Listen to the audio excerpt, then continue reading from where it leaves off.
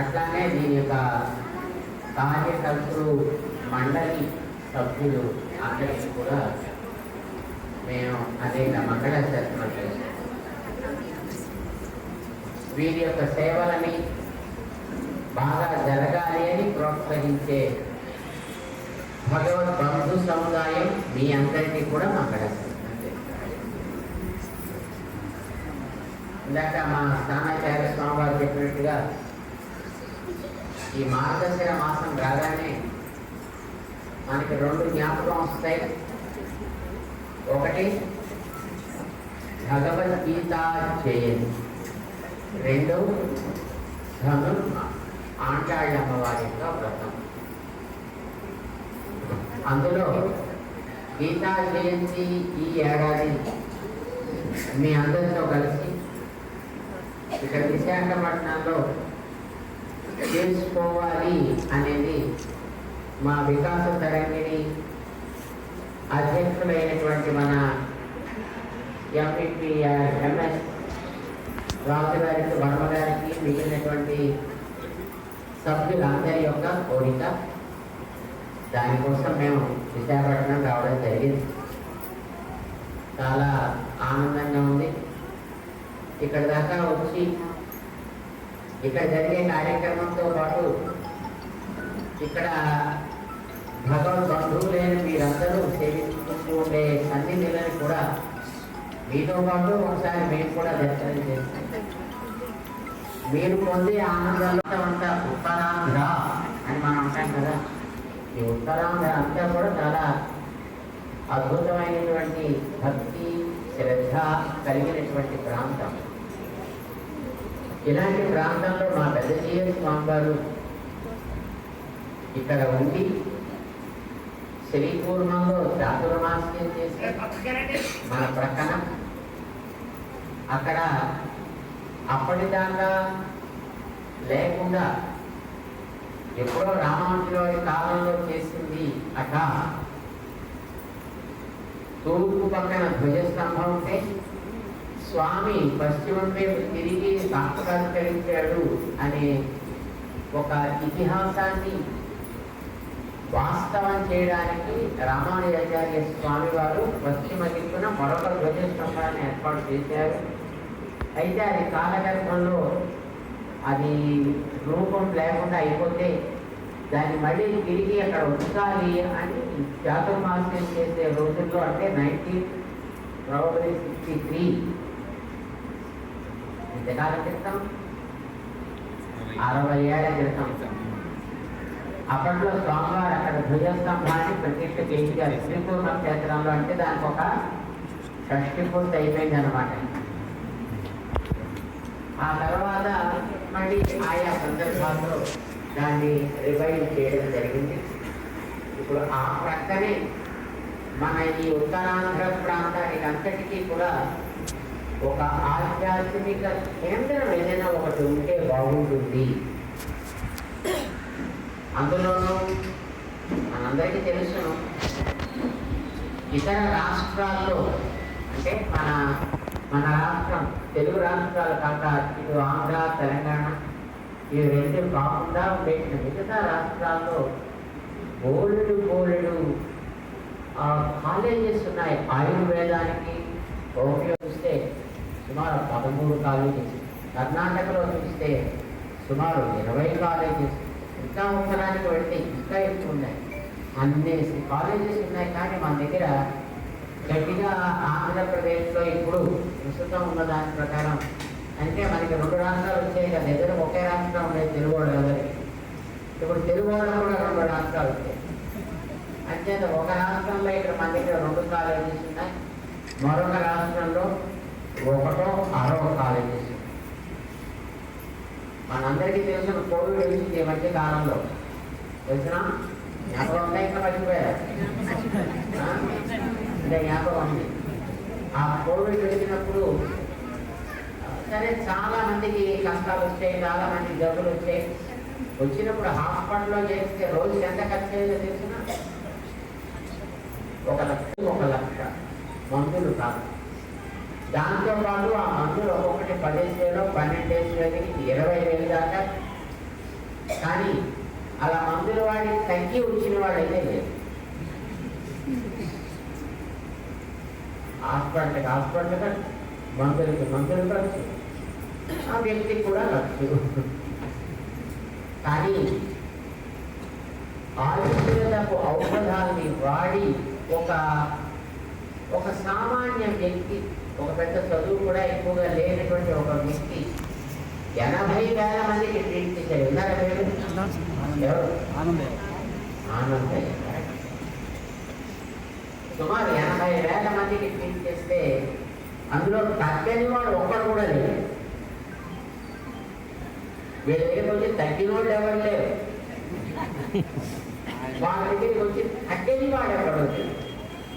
అప్పటిదాకా లక్ష కట్టుకుంటూ హాస్పిటల్లో ఆక్సిజన్ సిలిండర్ పెట్టుకుని ఆ పక్కన సిలిండర్ మోసుకుంటూ తిరిగి వాళ్ళు ఆటోలో వచ్చి ఆయన దగ్గరికి ఒక డోస్ నోట్లో వేసుకున్న 5 నిమిషాల్లో ఆ సిలిండర్ తీసి పారేసి ఆక్సిజన్ తీసి పారేసి హాయిగా నడుచుకుంటూ థ్యాంక్స్ చెప్పుకొని ఇంటికి వెళ్ళిన వార్తలు మీరు టీవీలో చూసుకుంటారు.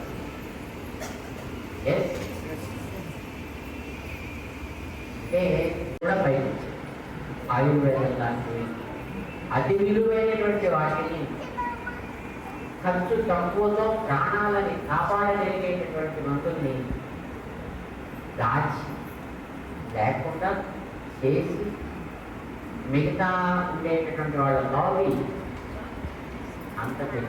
ఈవెన్ అప్పుడు కూడా పాపం ఆనందయ్య కూడా మిగతా నెల్లూరులో ఉండేటటువంటి డాక్టర్లు అంతా కంప్లైంట్ చేస్తే ఢిల్లీకి, అక్కడి నుంచి ఆయుష్ డిపార్ట్మెంట్ వాళ్ళు వచ్చి వాళ్ళ దగ్గర డిమాండ్ చేసి మీ ఫార్ములా ఏమిటో దాన్ని బయట పెట్టమయ్యా అని నానా చికాకు చేసి అతన్ని ఏం చేయకుండా మూలని తోసేసి ఆయన పేరు పెట్టుకుని మేము వీడంతా పైసలు తప్పాయి. ఆయుర్వేదానికి ఉండే ఎఫికసీ అట్లాంటిది, దాని సామర్థ్యం అట్లాంటిది. అందుకోసమనే ఆ పూర్వానికి పక్కనే ఒక చోట ఒక 200 ఎకరాల ఒక కొండ మనం తీసుకోవడం జరిగింది, కొనడం జరిగింది. ఆ కొండ మీద ఈ వరకే ఒక 110 రకాల ఔషధి వనం ఔషధి వృక్షాలు అక్కడ ఉన్నాయి అని మన team of ayurvedic doctors identify చేయడం కూడా జరిగింది. అక్కడ ఇప్పుడు ఒక ఆయుర్వేదిక్ కాలేజ్, ఒక ఆయుర్వేదిక్ హాస్పిటల్, దాంతోపాటు అవకాశం ఉంటే ఒక హోమియోపతి హాస్పిటల్, హోమియోపతి ఒక కాలేజ్, ఇది అక్కడ ఏర్పాటు చేసి దాంతోపాటు మిగిలినటువంటి మేనేజ్మెంట్ కోర్సెస్ లాంటివి కూడా అక్కడ ఏర్పాటు చేద్దాము అనే కోరిక పెరుమాళ సన్నిధిలో విన్నవిస్తున్నాం. పెరుమాళ అనుగ్రహించి దానికి ఒక మార్గాన్ని చూపిస్తే త్వరలోనే అక్కడ మన ప్రాంతానికి శోభాజనకంగా ఉండేటటువంటి ఒక చక్కటి వైద్యాలయం దాంతోపాటు విద్యాలయం వీటిని అక్కడ ఏర్పాటు చేద్దాము అని అనుకుంటున్నాం. దానికి ఇప్పుడే కార్యరూపాన్ని ధరింపజేస్తున్నారు మన వాళ్ళందరూ కూడా. ఈ వరకే మన వాళ్ళు అక్కడ ఈ మధ్య కొత్తగా పిల్లలకు వచ్చేటటువంటి ఒక కొత్త రోగం ఒకటి వస్తుంది, విన్నారు ఎక్కడైనా? ఆటిజం.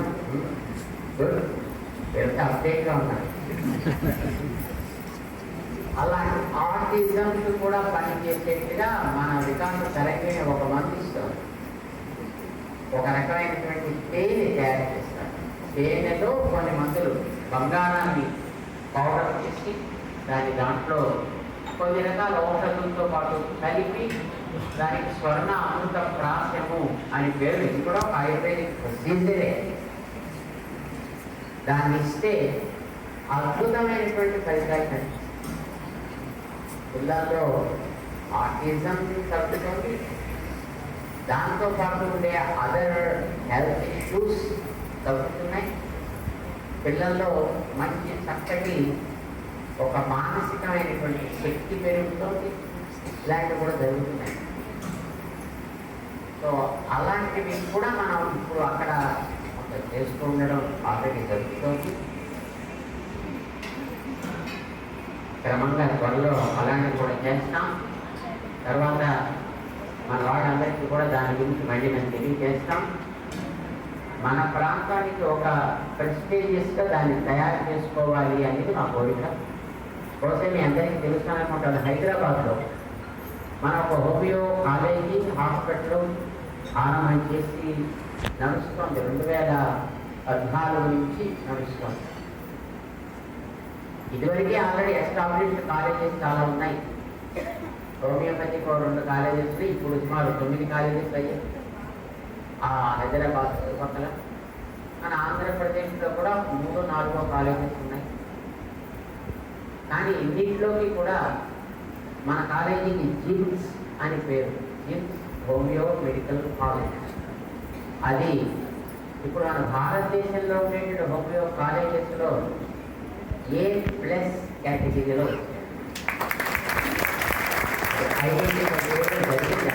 వాళ్ళు అక్రెడిట్ చేశారు దాన్ని. బహుశా మన ప్రాంతంలో అది ఒకటే A+ కేటగిరీలో వచ్చింది. ఈ ప్రాంతంలో కూడా మన దగ్గర అట్లాంటిది ఒక ఆయుర్వేదానికి ఒక హోమియోపతి కూడా కేంద్రంగా దాన్ని తయారు చేయాలి అనేది మన కోరిక. బహుశా మీ అందరికీ తెలుస్తున్నాను అనుకుంటా, హైదరాబాద్లో రామానుజుల వారి యొక్క మూర్తి అక్కడ వెలిసింది.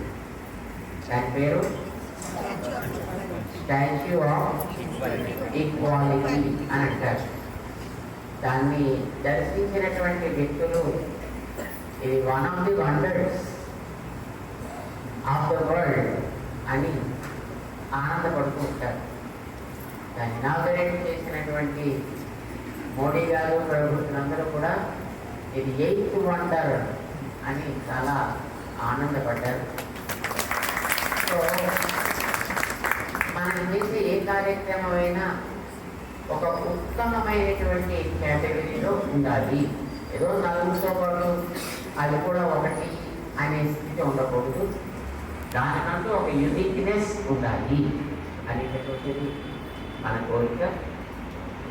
మన స్వామి దగ్గర కూడా విన్నవించి చక్కగా ఇలాంటి కార్యక్రమాలు జరపగలిగే శక్తి, దానికి కావలసినటువంటి వసతి కలిగించవయా అని స్వామిని ప్రార్థన చేస్తున్నాం.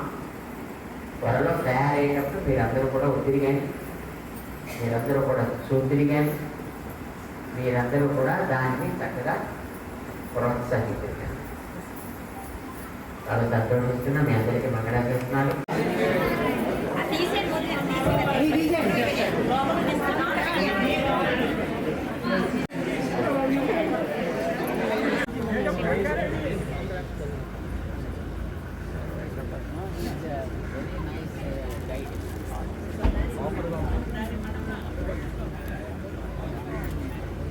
జై శ్రీమన్నారాయణ.